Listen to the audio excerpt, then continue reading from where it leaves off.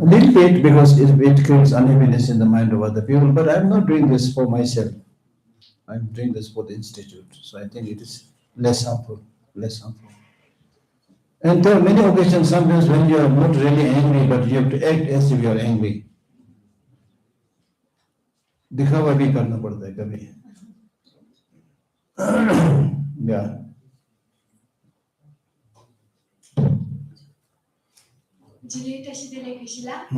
My question is, mostly spiritual leaders are mostly men.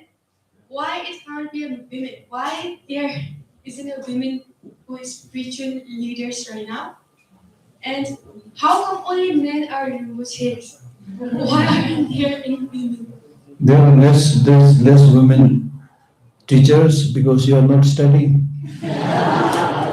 कर रहा है. So, so again, I'm a little bit joking, but a little bit truth there also. Because this is actually a big question. It's not only in the Tibetan Buddhist tradition or Ladakhi tradition. It's a problem in the whole world. The world was basically, for many centuries, the world was basically controlled by men. Masculinity. The world was controlled by men. Why? Because they have more physical strength, nothing else. But by using this physical strength, they control the world. But this is not the right way. So gradually in the West, feminism, it's only after a little while ago that the women had got the freedom to vote. In some Western countries, women were treated as animals. Animals, bilkul. And some Buddhist countries comparatively much better. If you read the write-up by the Italian scholar Tucci, for example, according to him, he said the privilege and right of the women in Tibet is much better compared to many other countries. But that doesn't mean everything's right, right? So therefore, His Holiness is especially encouraging women to become leaders, teachers, and he introduced this Geshima program. Now, already during the last few years, I don't think like almost, I think almost like 30, 40 Geshimas are there now. And it's coming up every year. Not only Geshima means the ordinary nuns, right? But in your lay people also, you should really become teachers. Teach, right? World is flat. World is flat. Have you read that book? There's a book called World is Flat. Means anybody who has knowledge can come on the stage and share his or her experience, right? In Tibet, there is a saying, Anekula, Yondayin Gandhi Til Thangame. That means if the mother's child has the quality, then there is that the Gandhi throne is not sealed for just one or two people. Anybody can come there. Right? So His Holiness very clearly said, if you are finding special hurdles from the society, from the administration, then you should voice that concern out. Otherwise, you should make your effort. It is not enough saying that we don't have this, we don't have that, right? Like in the Tibetan tradition, the system of recognizing reincarnation started with the Karmapas. And around at the same time, recognizing women reincarnation started, something Durje Phagmo, first reincarnation. So there are women reincarnation there, even today. Right? Should produce more women reincarnations and give it later so that there will be less fighting probably. Because His Holiness always says, first teacher is mother in the home. The other teachers come much later. And the other teachers, they only teach. The mother teach by showing actual love, actual compassion. So mother role is very important, very important. Also said that the animal can be female legs. Yeah, that brought a lot of problem. Some people did not like that. Rashidullah Geshe-la. Yeah. So my question is that in some Buddhist texts, there is belief or mention that Jonu Tunduk Siddhartha, known as Buddha, was already got enlightened before he was born in this world. Yeah, So there is also saying that he came in this world to show the path to humanity. yeah. But what I believe is that there is not proof or evidence that he got already enlightenment. So before born in this world. So why is it so? What's your point of view? Now, this reminded me a question asked by a Japanese king to a Zen master who was said to be very learned. So he asked this Zen master, "Oh, how it is in the next life? What is the situation of the next life?" Then Zen master said, "How do I know? I'm still alive." So something like that, Some questions you can't answer straight away, right? There are many inconceivable things. J universal nature, the power of material substance is unthinkable. It is stated by Buddha and Buddhist teachers long time back. Now we can today see, yes, indeed, how aeroplanes are flying, how pictures are coming through the screen. So many things coming up. If you know how to explore them, power of material things is inconceivable. Power of mantra is unthinkable. Commitment, recite mantra, do miracles, you can heal people, so many things. But there are not people who are committed who do these things. His Holiness told me a story of one monk from Lower Tantric College. He is always reciting this wrathful mantra of Yamantaka. Because of this wrathful mantra, his whole expression became different. His look also very frightful. So much so that when he gazes at the dog runs away with as if somebody had thrown a stone. Right? Power of meditative stabilization is unthinkable. If you really do the meditation, so many things, including the questions that you are asking, you'll get those answers also. Then the power of karma is unthinkable. So there are so many inconceivable things about which it is difficult to make one clear statement, and then you will know, oh, okay. Right? So it's a good question, but you should yourself think more about it. But the possibilities, this question is related to the very possibility of getting enlightened or omniscient.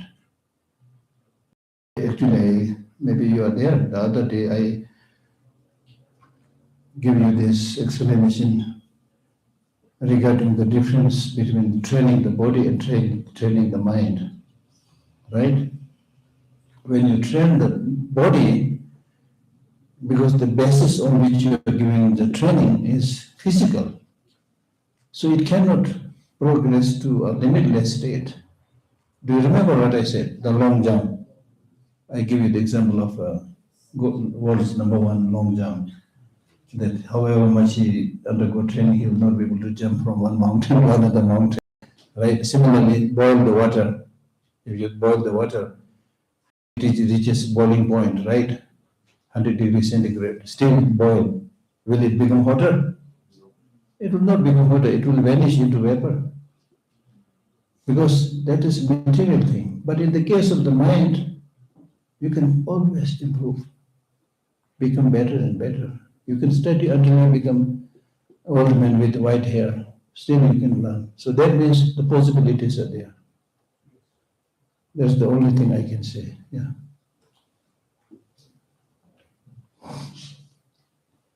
Kisisa, I also have one question.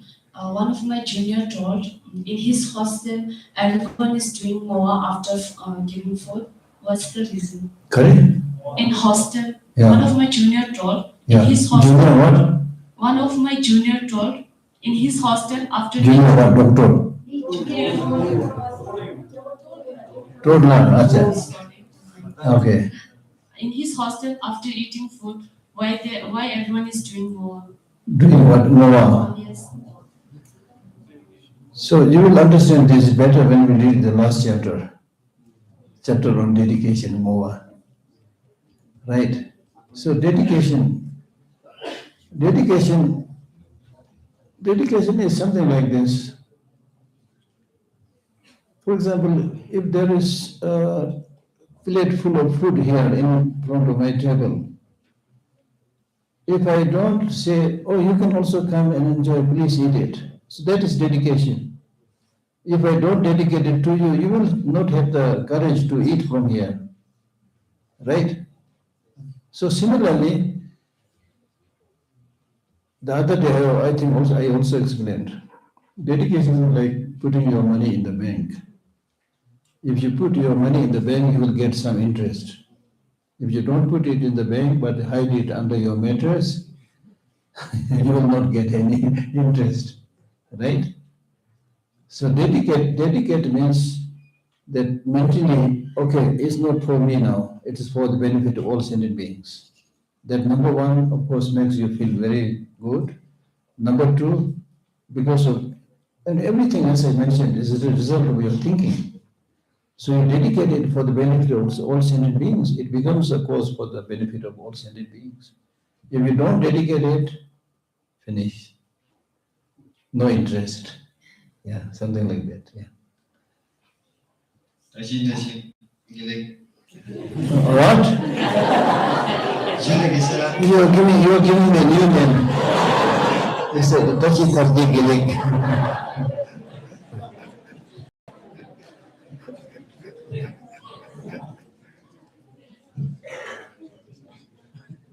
So my question is, I hear many times about black magic. So Yes. is black magic really exist? So yes, Which type of people do this black magic? Huh? Who are the people who does the black magic? Black magic, people who want to harm others, they do the black magic. If you want, I can demonstrate one. Black magic. Black magic में क्या करना है आपको? हाँ? Meta है ना Meta के पाँव उखड़ के ले आओ. इस तरह से बहुत सब्सटेंस आपको चाहिए. फिर ये ब्लैक मैजिक होता है. As I said, the power of material substance is unthinkable. So it's like chemistry, you know. If you put many things together, many strange fruits arise. It's possible. The question is, what is the difference between pray and worship? Pray and worship. I don't know, this is English term, you just go through the dictionary. Right? But as far as I know, worship probably has more connotation in the Christian practice, worshipping our creator God. In that case, we don't worship in Buddhism. Pray, I mean, to be honest, it depends how you explain it in an English context. But generally, when we say molam, the Tibetan word for prayer is molam, that means you express your aspiration. That you want to get something, you aspire something. So when you say this, you are really aspiring that may I become a Buddha, may I become compassionate, may I become tolerant. You are expressing your wish. That's prayer. Prayer is mental prayer. So verbally you are reciting that verse, but when you recite these lines or verses by mouth, you should actually think about the meaning by the mind and aspire for those qualities. Otherwise, it will become totarani.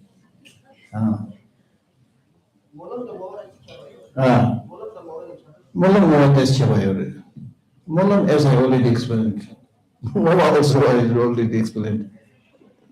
After the molam, then you dedicate. Tashikul Kishara, Hmm. thank you so much for your kind session. I actually have quite a few questions and a statement I wanted to ask, but depending on the time, I'll first ask the question, the elaboration of what Ms. said about the role of women in Buddhism. Huh? Role of women in Buddhism. Role? Women in Yeah, Buddhism. yeah. So when Lord Buddha accepted women as bhikshunis, Yeah. he, other than the rules for the men, he also introduced 8 Guru Dhammas. So back when he introduced it, it was the time when women were not socially accepted to be like students. So in that way, it was kind of necessary for the Buddhism to flourish as well. But right now, when women have flourished so much, and Buddha himself has said, when the time comes, and if my teachings, certain teachings or rules are not required, it is okay to discard them. So do you think right now it is the correct time to discard those 8 Guru Dhammas? Because it is like a similar question, but since 8 Guru Dhammas, What are they? that women and women, no matter how big a women bhikshuni gets, they still have to answer the younger male bhikshunis and stuff like that, and 8 Guru Dhammas. From what I've read from the Buddha's biography, I'm sorry if my knowledge is a bit partial, but yeah, I've heard that. So do you think right now it's the correct time to discard those teachings? And can we discard the words of Buddhas? Because since it's directly said by the Lord Buddha, so it is a bit controversial, 2 parts, like certain people are saying that words of the Buddha that should be kept as it is to get the purity of the teachings. And there are other part that is saying, certain teachings has to be discarded according to the text. So can you please elaborate more on it? Thank you so much. You can't accept everything the Buddha said as it is at its face value. Because within Buddha's teaching there are 2 levels, interpretative teaching and ultimate teaching. The interpretative teaching always has to be interpreted, right? So that's not his final teaching. And he said, give such teaching for certain group of people because of their state of, the level of their mind, state of their mind. Right? So that is not definitive. You don't have to accept it at its face value. So similarly, and you also need to be a little bit realistic. Sometimes the problem with us is when we talk about Buddha, he's a superhuman, superhero, we can't do anything with what he said, it should be taken as it is. I don't know how to deal with that maths. Maths is very difficult to go. But the important thing is you use your common sense. And the important thing that you need to understand is Buddhism flourished also in a particular cultural background.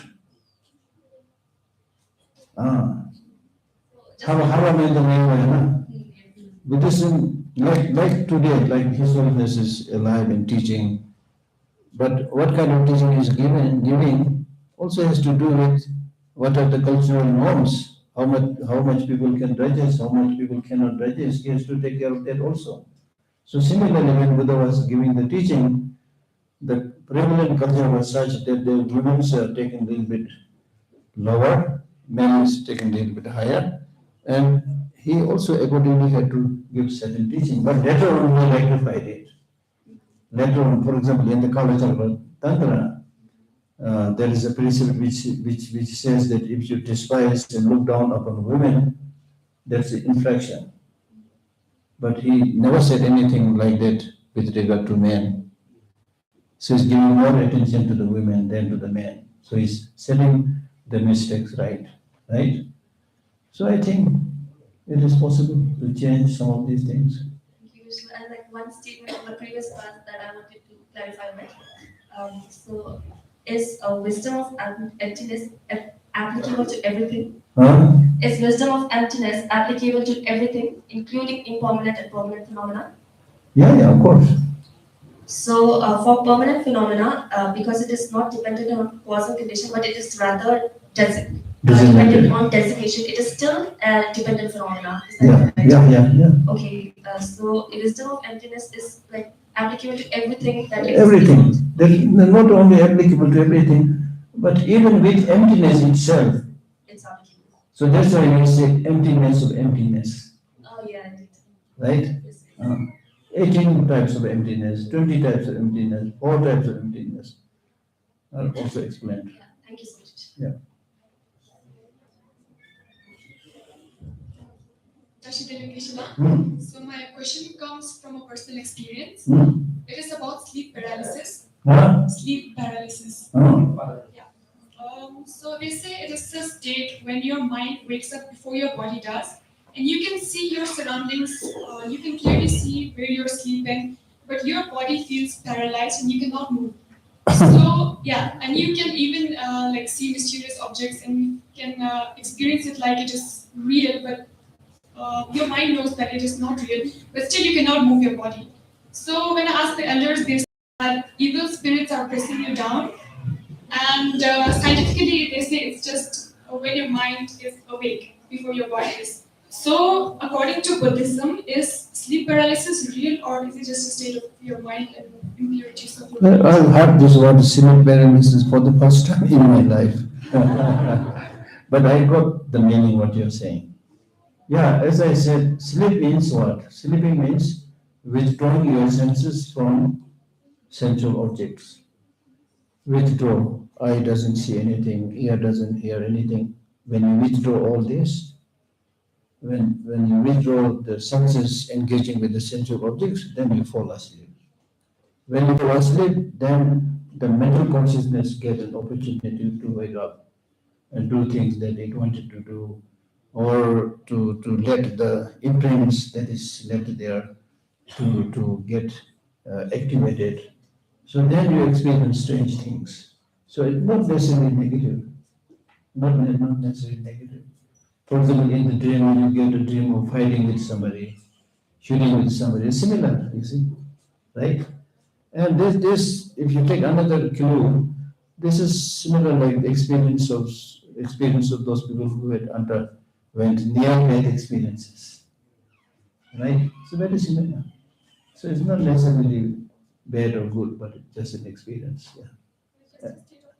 A state of mind, but very much dependent upon your previous conditioning also. Yeah.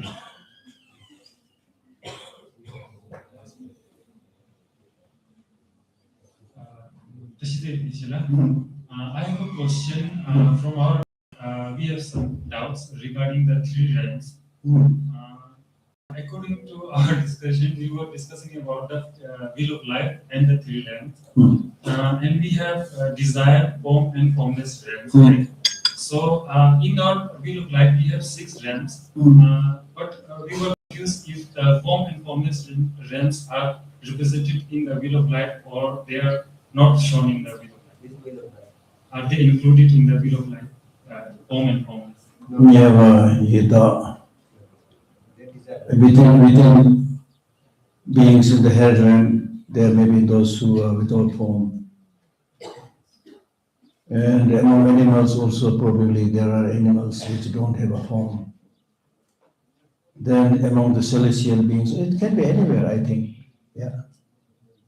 Formless means not having this subtle physical form. For example, I give you an example. I think I explained this to you earlier. Mosquito doesn't have a nervous system or big brain like us, right? But still it is very active in thinking, in sucking your blood, very active. You can go still more subtle. For example, maybe not this water, but sometimes you think you are drinking very clean, pure water, which by your naked eye you can't see any viruses or bacteria there, but if you use a microscope, you might see some small red tiny bacteria are moving around. So this kind of sentient beings almost like without form, and it can be even more subtle, right? Thank you, usually. Please leave your question. Yeah.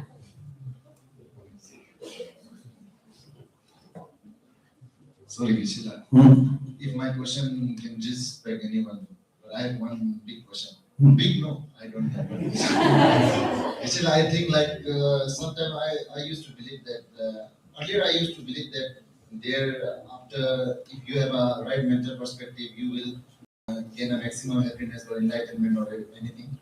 But one I was discussing with my friend and he said, enlightenment is just an illusion. It can be an illusion just to make this world a little better place because this world is very dirty. So it is like just a trick to make the people little bit better.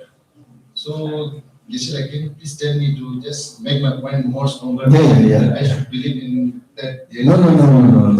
You start small. Don't jump too high quickly. Start small. Take baby steps. Enlightenment is something that is possible through gradual process. The possibilities of becoming better can be understood if you practice. Enlightenment is a big thing, right? So, with this teaching on enlightenment and the teaching on doing good things, what we are saying is you can right now do something good and you can become better and happier. उधर तक बैठने की जरूरत नहीं, अभी से शुरू करके देखो. Do two things. One, for one day you spend whole day fighting with other people. Spend another day being nice and helping, things like that. Then you should for yourself see which one is better. Right? So that's the process. It's not just illusion, it's something that you can become better and better. It is a state of mind that you can become better and better. Like one person, like His Holiness Dalai Lama, looks like an ordinary person, but is able to give so much happiness and benefit in the mind of so many people. Right?